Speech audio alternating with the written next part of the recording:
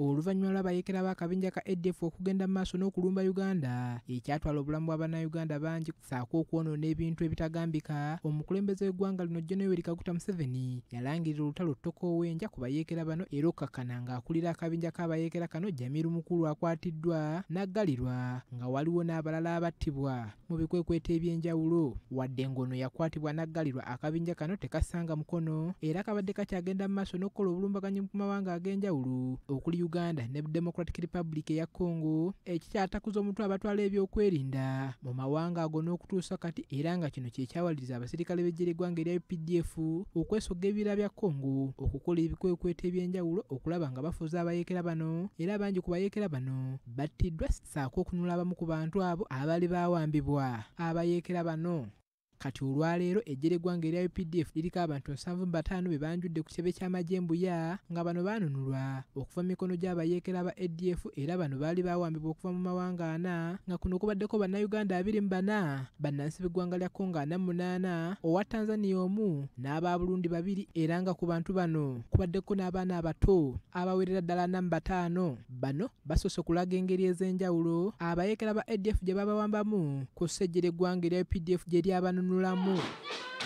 Omwogezi w'eggye ly'eggwanga erya UPDF Brigadier General Felix Kulaije ategeeza nti abantu bano baanunulwa okuva mu mikono gy'abayeekera era ne babudaabudibwa okumala ebbanga lya myezi 3, era nga kati baddemba okuddayo mu bantu baabwe. Mu kitongole kyaffe ekya Military Intelligence oba bambega b'amagye tusobodde okolagana ne Bulijjo Foundation nti abanunuddwa ne betuwambye okuva mu ADF basobola okubudaabudibwa ne badda mu bulamu bwa bulijjo nga balina n'obukugu.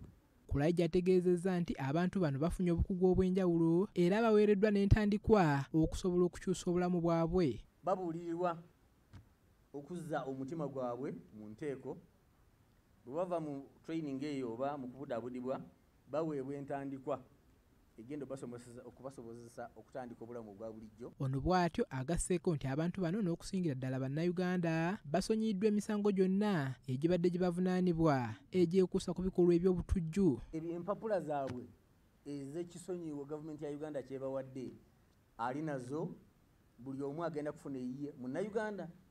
Bannaffe abava mu nsi ez'omuliraano ogwafu gwa kubatuusa mu b'obuyinza ku sayidi eri. Abamu ku bantu abaanunulwa batubuulidde ku mbeera gye baayisibwamu mu kiseera nga bawambiddwa abakambwe ba ADF.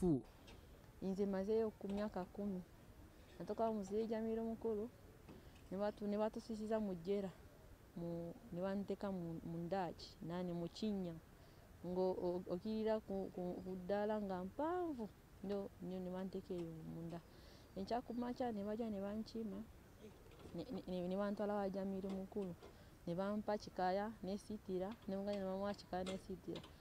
Nze myaka 21 mbadde mu ADF okumala akabanga ng'abalala we bagenderawo mu kulimbibwa, abalala babalimba nti bafunye emirimu, abalala oli n'agendayo olw'okuba nti yafumbira omusajja n'amulimbalimba n'ebintu ebirala. Wabula Kulaije asabye abantu baleme kulowooza nti basiraamu bokka be bali mu kabinja ka ADF, wabula nga bano bakyusibwa bukyusibwa abayeekera ba ADF nga bw'eri empisa yaabwe ne babayingiza mu busiraamu. Paul Bakabulindi, BBS Telefina, Gambuuze.